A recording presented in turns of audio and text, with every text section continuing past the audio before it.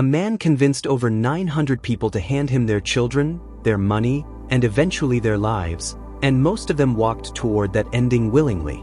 His name was Jim Jones. And the reason it worked wasn't fear. Fear came later. It worked because of something much slower, much quieter, and something you've probably felt in a smaller version yourself. It started with attention. Jones didn't recruit the wealthy or the powerful. He recruited the lonely. People who'd been overlooked by their churches, their families, their own communities.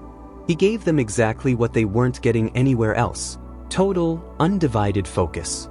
He remembered their names, their children's birthdays, their private struggles. Psychologists call this love bombing, and it works because most people have never experienced that level of attention without a catch. By the time the catch arrived, they'd already built their whole identity around him. Then came the small asks: give a little more of your income, move a little closer to the community, cut contact with the relative who doesn't understand our mission.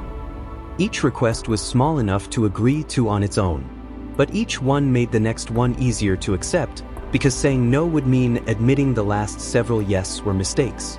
That's the foot in the door technique, and it doesn't need force. It needs momentum.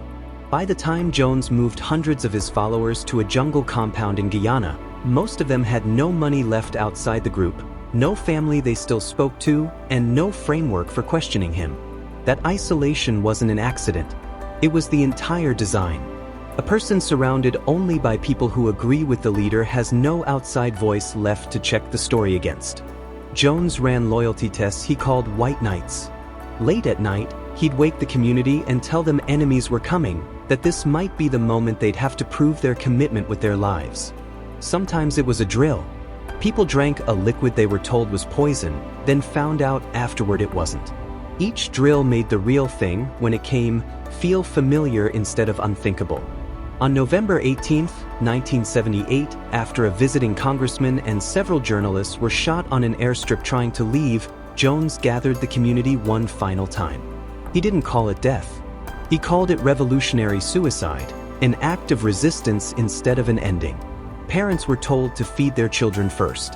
Over 900 people died that day, most of them from a cyanide-laced drink they'd rehearsed drinking before, under a leader they'd spent years being slowly, deliberately isolated into trusting completely. The chilling part isn't that this happened once in a jungle in 1978. It's that every piece of it, the attention, the small asks, the isolation, the rehearsal, still shows up today, just smaller, just slower, in relationships and workplaces and group chats that never make the news. Which raises the only question worth sitting with. If someone gave you that same attention, that same slow sequence of small asks, would you notice before the ninth one or only after?